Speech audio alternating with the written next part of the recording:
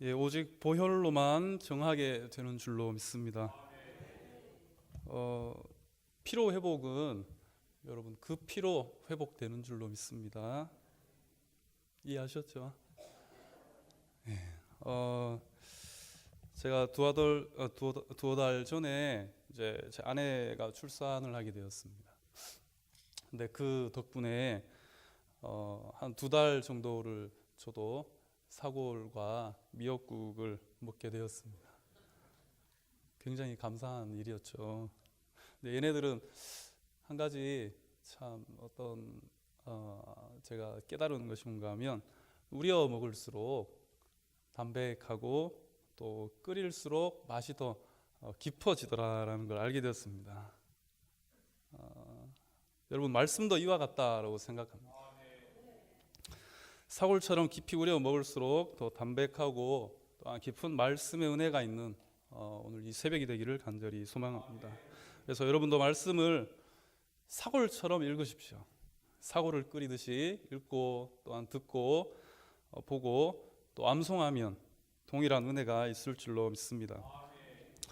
저는 오늘 새벽부터 이제 제 시간마다 이 갈라디아서를 사골처럼 우려 먹기로 작정했습니다. 그래서 제가 찢고 볶고 삶아서 여러분들에게 잘 차려 드릴 테니까 여러분 새벽마다 식당에 찾아오시면 됩니다. 이 갈라디아서는 여러분 작은 로마서라 그렇게 부르고 있습니다.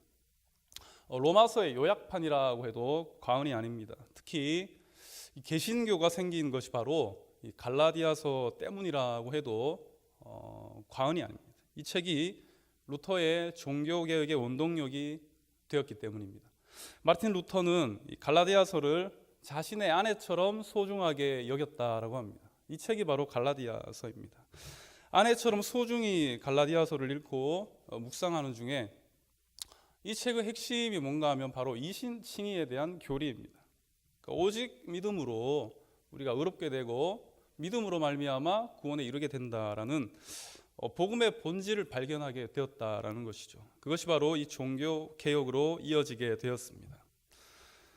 루터가 이 갈라디아서에 집중할 수 있었던 이유는 바로 복음이 무엇인가라는 이 복음의 본질에 가장 명확하게 표현한 책이 짧지만 아주 강력한 이 갈라디아서였기 때문입니다. 여러분 복음이 뭐라고 생각하십니까? 복음은요, 십자가의 복음, 그리고 나를 성도로 불러주신 그 하나님의 은혜에 대한 복음, 그리고 불러주신 그 하나님께서 어떻게 나 같은 사람을 통해서 일을 하실까, 그리고 참 연약한 내게 직분을 맡겨주신 그 하나님의 은혜, 그리고 그것에 대한 주님의 섭리, 이 모든 것이 여러분 복음이라 할 수 있을 것입니다. 그래서 이것을 종합적으로 표현하는 기쁜 소식, 유앙겔리온이라고 하는데 이것을 바로 복음이라고 합니다. 여러분 갈라디아서에서는 이러한 복음의 본질이 선명하게 드러나 있습니다. 이신칭의에 대한 교리는 오직 의인은 믿음으로 의롭게 된다라는 복음의 본질입니다. 이 믿음은 하나님의 은혜요, 그리고 에베소서에서 바울은 선물이라고 표현합니다. 그래서 믿음은 은혜이며 그리고 하나님의 선물인 것입니다. 여러분 믿음도 전적인 하나님의 은혜 없이는 불가능합니다. 그렇다면 무엇을 믿는 믿음입니까?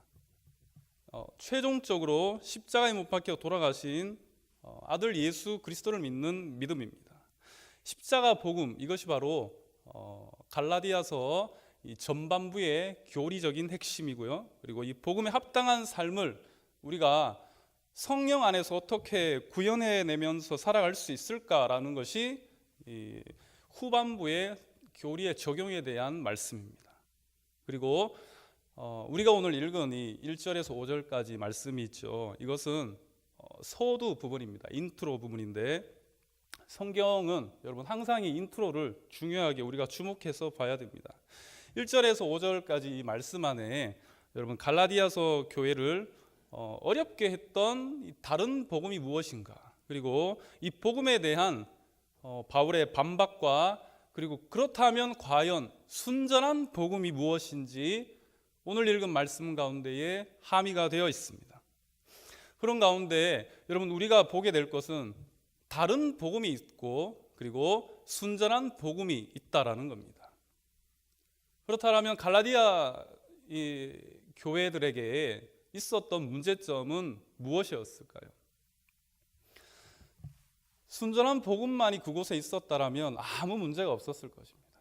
그러나 다른 복음이 생겨나고 다른 복음으로 복음의 본질이 흐려지는, 그리고 교회가 위기가 오고 갈등이 오고 급기야 분열에 이르기까지 오게 되었습니다. 그러는 가운데 바울이 이 서신을 쓰게 되었습니다. 여러분, 교회가 혼란스럽다라는 것은요, 복음에 집중하지 못한다라는 의미가 있습니다. 그리고 각 성도들의 마음이 분열된다라는 의미가 있습니다. 분열되기 때문에 혼란이 찾아올 수밖에 없습니다. 그렇다면 오늘 이 서두 부분 말씀 가운데 이 말씀의 제목대로 세 가지 반박이 있습니다. 바울이 세 가지 반박이 있는데 첫 번째가 뭔가 하면 부르심에 대한 반박입니다. 그리고 두 번째가 은혜의 출처에 대한 반박입니다. 과연 은혜가 어디로 오는 것인가? 그리고 세 번째가 율법과 할례에 대한 반박입니다. 오늘 이 새벽은 첫 번째로 이 부르심에 대한 바울의 반박을 통해서 우리가 은혜를 나누고자 합니다. 여러분 1절 같이 한번 읽어 주시기 바랍니다. 시작.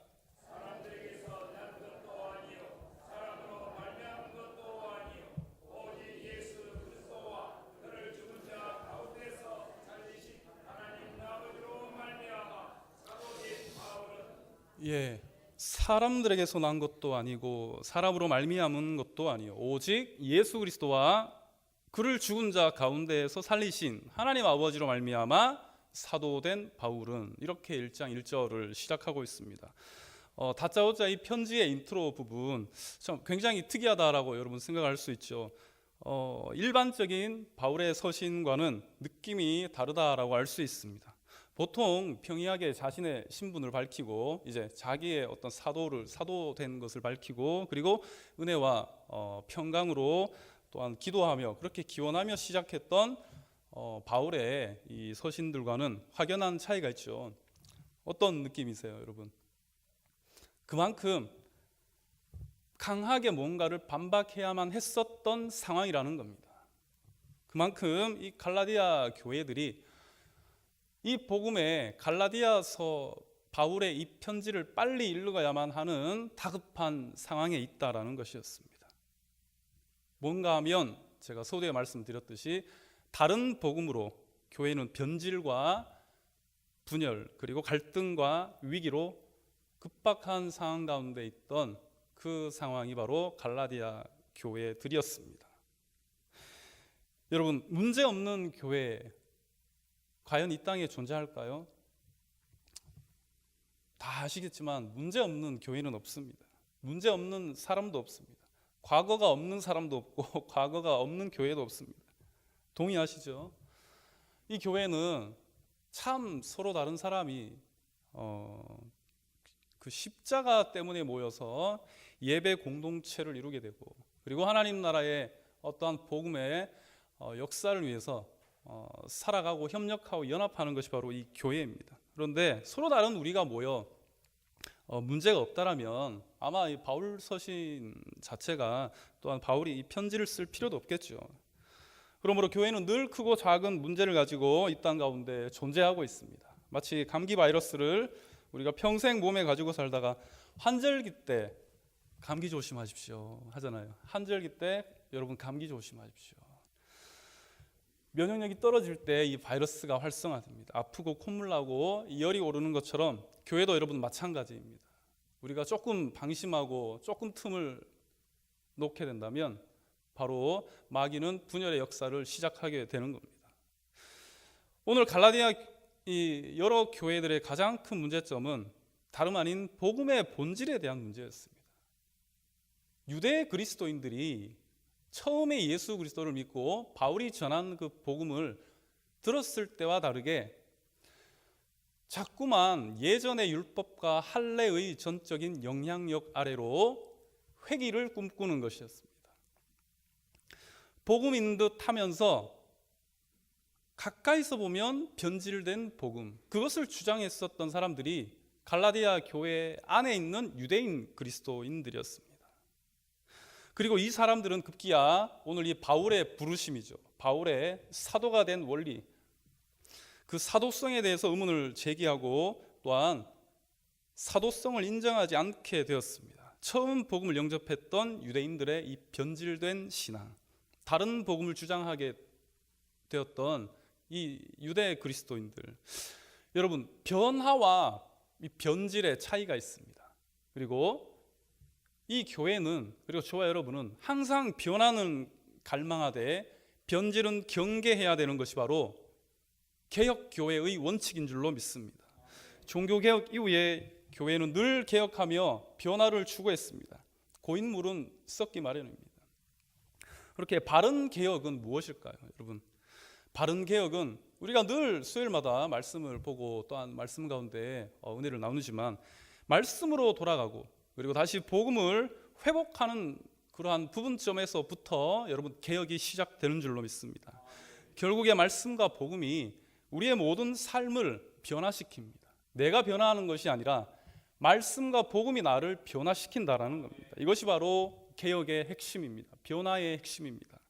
우리가 변화하는 것은 결국 말씀과 복음의 회복이라는 겁니다. 그렇기 때문에 늘 우리가 변질된 것은 아닌지, 우리 교회가 바로 가고 있는 것인지, 바로 서고 있는지를 우리의 잣대와 정의가 아닌 오직 말씀에 비추어서 그리고 십자가 복음 안에서 개혁되기를 우리는 희망해야만 합니다. 이것이 바로 바른 개혁이고 바른 신앙이고 그리고 바른 교회의 모습입니다. 루터는 그렇게 종교 개혁을 하게 되었습니다. 오늘 이 새벽 저와 여러분의 위치는 어디에 있습니까? 철저히 말씀의 조명 아래 우리의 숨겨져 있던 죄가들이 드러나게 되고 그리고 우리의 모든 삶들이 변화를 받고 개혁되는 그러한 역사가 오늘 이 가운데 일어나기를 간절히 소망합니다. 그리고 그것은 그리스도의 피 흘리심 안에서 여러분 일어나야만 합니다. 오늘 갈라디아 이 교회들의 위치가 바로 여러분 바른 복음과 또한 개혁이 필요한 상황이었습니다. 수많은 유대 그리스도인들이 다른 복음으로 교회를 어지럽히고 있는 상황 가운데 순전한 복음 외에 다른 복음이 교회 안에 있다라면 당연히 여러분 순전한 복음과 다른 복음은 구별되어질 수밖에 없습니다. 복음은 그 자체만으로 여러분 다른 것과 구별되기 때문입니다. 마치 복음으로 회심하고 거듭난 성도 한 사람 한 사람이 세상 가운데에서 여러분 어떻게 됩니까? 구별되죠. 구별될 수밖에 없는 것은 바로 복음의 힘입니다. 그러나 다른 복음을 주장하는 이 갈라디아 교회의 유대 사람들은 자기들의 입장에서 자기들의 개혁이 바른 개혁이다, 우리가 생각하는 것이, 우리가 추진하는 것이 합리적이고 바로 정의다라고 이야기를 하지만 그러나 그들의 개혁은 빗나간 개혁이었습니다. 왜냐하면 전혀 말씀에 기반되지 않고 복음에 합당하지 않은 개혁이었기 때문입니다. 그리스도 안에서의 변화와 개혁은 굉장히 바른 우리 삶의 변화를 이끌어내지만 그리스도 밖에 있는 다른 복음을 통한 개혁은 변질입니다.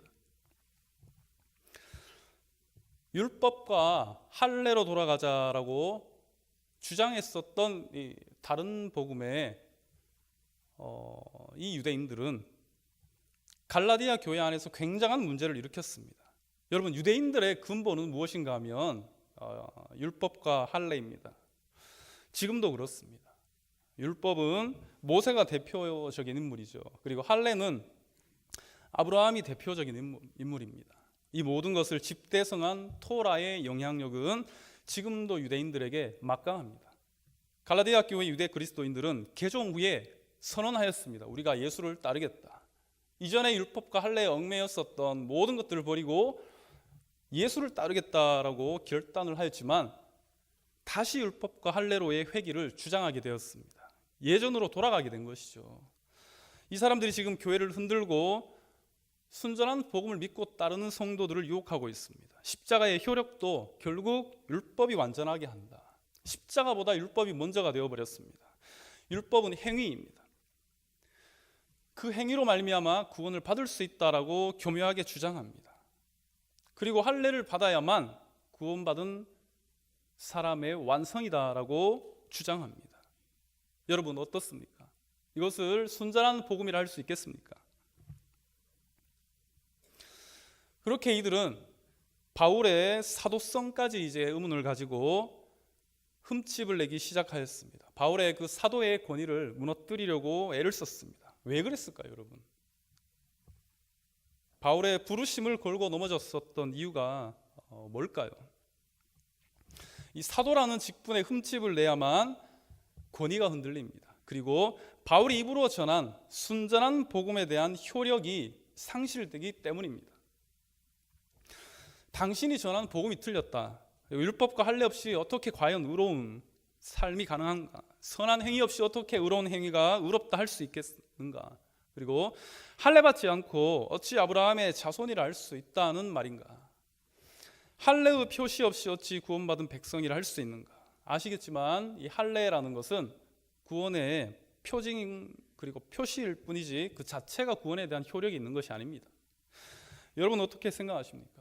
만약에 포피를 베는 이 할례로 구원을 받을 수 있다라면 아마 이 전 세계 모든 대부분의 남자들은 일단 구원을 받았습니다. 이슬람이든 뭐 불교든 종교에 뭐 상관없이 할례만 받으면 구원을 받았다라는 논리가 만약에 진리가 된다라면 십자가는 무의미할 것입니다. 그리고 그리스도의 흘린 피도 원천무효가 될 판입니다. 그리고 여러분 율법을 지켜 행함으로 구원을 받을 수 있다라고 한다면 십자가 없이 자력으로 구원이 가능하다라는 논리죠. 이 또한 복음의 효력, 이것을 무시하는 것입니다. 그렇기 때문에 유대 그리스도인들은 바로 바울의 사도성을 흠잡았습니다. 다른 복음을 퍼뜨리던 이 사람들이 그렇다면 사도성을 흔들기 위해서 무엇을 여러분 흠을 잡았을까요? 그것은 바로 바울의 과거였습니다. 과거를 들춰내기 시작했습니다. 1983년에 여러분 유명한 그 가수 전영록 씨가 이런 노래를 불렀습니다. 사랑 꿈으로 가득 찬 설레는 이 가슴에 사랑을 쓰려거든 연필로 쓰세요. 사랑을 쓰다가 틀리면 지우개로 깨끗이 지워야 하니까. 그런데 가사대로 여러분 정말 사랑을 쓰다가 이게 아니다 틀렸다 싶으면 지우개로 또 지우고 할 수 있습니까? 과거는 지울 수가 없습니다. 아픔도 상처도 과거도 우리가 지울 수만 있다라면 얼마나 좋을까라는 그 바람과 희망에서 여러분 이 노래를 부르게 되었다라고 합니다. 이처럼 과거는 여러분 지울 수 없는 것입니다. 그런데 유대 그리스도인들은 다른 복음을 전했던 사람들은 바로 이 바울의 과거를 발목을 잡았습니다. 바울이 어떤 사람인가? 길리기아 다소 출신의 유대 베냐민 지파, 즉 혈통으로는 유대인이지만 출생지는 로마의 관할 아래에 있는 다소라는 작은 도시였습니다. 그래서 로마 시민권을 가지게 되었습니다. 그리고 바울의 과거는 십자가와는 정반대되는 율법에 관한 그의 이력과 커리어가 상당합니다. 거의 이 한국으로 치면 이 스카이 정도의 그 라인이라고 볼 수 있습니다. 당시 최고 유대 율법 학파였던 힐렐이라는 그 학파의 가말리엘이라는 그 문화생이었고요. 그리고 누구보다 율법에 열심히 있었던 사람이 바로 바울이었습니다. 여러분 바울이 과거가 없었겠습니까? 이러한 화려한 스펙을 가지고 있었던 사람도 바울이었고, 그리고 예전에 예수 그리스도를 믿는 주님의 성도들을 붙잡아 감옥에 넣고 그리고 스데반을 죽이는 데 앞장섰던 사람이 바로 이 바울이었습니다. 자, 따지고 보면 참 과거 많은 사람이었습니다. 이 사람이 십자가를 전한다라는 것 굉장히 문제 있어 보입니다. 이 사람이 사도가 된다라는 것, 이 사람이 목사가 된다라는 것 굉장히 문제가 있습니다. 누가 봐도 문제가 있다라고 생각할 수 있겠습니다. 과거에 예수 믿는 사람을 잡아가두고 또한 죽이고 넘겨줬던 사람이 어느 순간 나타나서 내가 사도다, 그리고 십자가의 복음을 증거한다라고 했을 때 여러분 믿을 수 있겠습니까? 한국 최초의 목사로 평양 장신대 1회 졸업생인 이기풍 목사님이 바로 바울과 비슷한 이력을 가지고 있습니다. 평양에서 굉장히 유명한 깡패 출신이었습니다. 이기풍 이 목사님이 청년일 때, 젊었을 때 마펫 선교사를 돌로 때렸던 적이 있습니다. 지나가는 마펫 선교사가 복음을 증거하는데 코 큰 사람, 뭐 양키 이렇게 부르죠. 코 큰 사람이 평양을 휘젓고 다니니까 이기풍 목사님이 돌을 들고 그 마펫 선교사의 턱을 돌로 가격을 해버렸습니다. 돌을 던져버렸습니다. 그 던진 돌에 이 선교사의 턱은 거의 뭐 아작이 나버렸죠. 그리고 마펫 선교사는 쓰러져 버렸습니다. 그 모든 것을 평양 시내에 있었던 사람들은 보고 듣고 소문으로 알게 되었습니다. 그렇다면 평양 깡패 이기풍이라는 사람이 반대로 복음을 받아들이고 복음을 전하는 사람이 되었다라고 했을 때 그 평양의 사람들은 이기풍 목사의 그 복음을 쉽사리 받아들이기는 힘들 것이었습니다. 이처럼 여러분 과거의 흔적을 지우기란 쉽지 않습니다. 지울 수가 없습니다. 우리에게는 그 흔적이 남아 있습니다. 이런 바울이 그리스도를 증거하는 사도로 보냄을 받았다라는 것, 교회를 세웠다, 복음을 증거한다, 이방 선교를 한다라는 것, 얼마나 여러분 꼬투리 잡기 쉽겠습니까? 그런데 바울은 전혀 개의치 않고 여러분 이 모든 부분에 있어서 강력하게 반박하고 있습니다. 사람에게서 난 것이 아니다. 그리고 오직 예수 그리스도와 그를 죽은 자 가운데서 살리신 하나님 아버지로 말미암아 사도가 되었다라는 이 전적인 하나님의 은혜와 섭리를 강력하게 설파하고 있습니다. 고린도전서 15장에 만삭되지 못하여 난 자 같은 자신을 부활하신 주님이 만나 주셨다라고 증거합니다. 나는 사도 중에 가장 작은 자라 나는 하나님의 교회를 박해하였으므로 사도라 칭함받기를 감당하지 못할지 아니라라고 겸손히 고백하고 있습니다. 바울은 자신의 과거나 이력으로는 감히 스스로가 하나님 앞에 설 수 없으며 부름받을 수 없다라는 것을 솔직하게 고백하고 있습니다. 하나님의 교회를 박해하였기 때문에 나는 사도라 칭함받기가 자격 없다, 부담스럽다 다 깨놓고 얘기합니다. 그 사명을 감당하지 못할 자라고 고백합니다. 여러분 어떻습니까? 바울이 과연 자신의 공로로 성도로 그리고 사도로 부름을 받았습니까? 아닙니다. 바울은 전적인 하나님의 은혜로 말미암아 사도가 되었습니다. 여러분 율법은 혈통에 따라서 유대인과 이방인으로 사람을 갈라놓습니다. 분열을 시킵니다. 그리고 행위로 사람을 판단하고 심판합니다. 그리고 죄로부터 자유함을 주지 않고 오히려 죄인으로 낙인을 찍고 돌로 사람을 죽이는 것이 바로 율법이었습니다. 그러나 복음은 그렇지 않습니다. 복음은 유대인과 이방인의 모든 벽을 허물어 버렸습니다. 그리고 모든 죄를 그리스도의 피로 말미암아 사함받게 되었습니다. 그리고 우리는 그 가운데 자유함을 얻은 줄로 믿습니다. 여러분 우리가 오직 십자가에 열리신 그 보혈로 말미암아 우리를 자녀 삼아 주신 그 전적인 하나님의 은혜로 오늘 저와 여러분이 존재하는 줄로 믿습니다. 우리 중에 누가 과연 자격 있다 말할 수 있겠습니까? 더럽고 또한 냄새나며 악취가 진동하는 우리의 역사를 예수 그리스도는 주님의 선한 역사로 바꾸어 주십니다. 그리고 오직 실수하지 않은 하나님의 열심이 이곳에 있기 때문에 여러분 이 교회는 하나님의 교회인 것입니다. 나의 나 된 것은 하나님의 은혜로 된 것이니 내게 주신 그의 은혜가 헛되지 아니하여 내가 모든 사도보다 더 많이 수고하였으나 내가 한 것이 아니요 오직 나와 함께 하신 하나님의 은혜로다. 이렇게 교회를 핍박했던 바울 같은 사람을 불러주고 그리고 세워준 그 하나님의 은혜가 얼마나 크겠습니까? 여러분 이 모든 것이 바로 하나님의 은혜인 줄로 믿습니다. 그리고 저와 여러분 우리를 성도로 불러주신 것도 바로 하나님의 은혜인 줄로 믿습니다. 우리가 다른 신이 아닌 바로 하나님을 예배하는 예배자로 불러주신 것은 그리스도의 십자가의 공로인 줄로 믿습니다. 다니엘처럼 기도하는 기도의 용사로, 그리고 성가대에서 찬양하는 그러한 레위 자손으로, 그리고 늘 물질과 시간과 에너지로 주께 봉헌하고 드려지는 그러한 우리의 삶이 가능한 것은 여러분 하나님의 은혜인 줄로 저는 확신합니다. 주님이 우리를 부르셨습니다. 그리고 하나님께서 이곳을 세우셨습니다.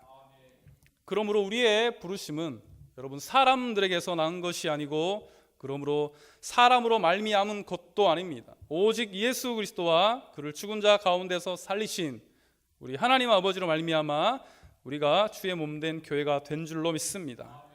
이사야 42장 8절에 나는 여호와이니 이는 내 이름이라, 나는 내 영광을 다른 자에게 내 찬송을 우상에게 주지 아니하리라. 여러분 불러주신 분이 누구십니까? 하나님이십니다. 불러주신 분이 끝까지 저와 여러분을 책임질 것입니다. 그리고 우리를 불러주신 그 하나님은 우리를 통해서 영광과 또한 찬송을 받으실 것입니다. 다른 복음, 다른 정의, 다른 우상에게 이 영광과 찬송을 절대 뺏기지 않을 것이라 주님은 약속하셨습니다. 사랑하는 성도 여러분, 예수 그리스도를 죽은 자 가운데서 살리신 그 하나님께서 오늘 저와 여러분을 부르신 줄로 믿습니다. 오늘 이 은혜로 살아가기에 넉넉한 하루가 되시기를 간절히 소망합니다. 기도하시겠습니다. 하나님 아버지, 은혜를 감사합니다. 주님의 은혜로 우리가 여기에 있습니다. 주님의 은혜로 하나님 우리가 십자가를 바라봅니다. 십자가의 보혈을 의지하고 하나님 예배자로, 기도자로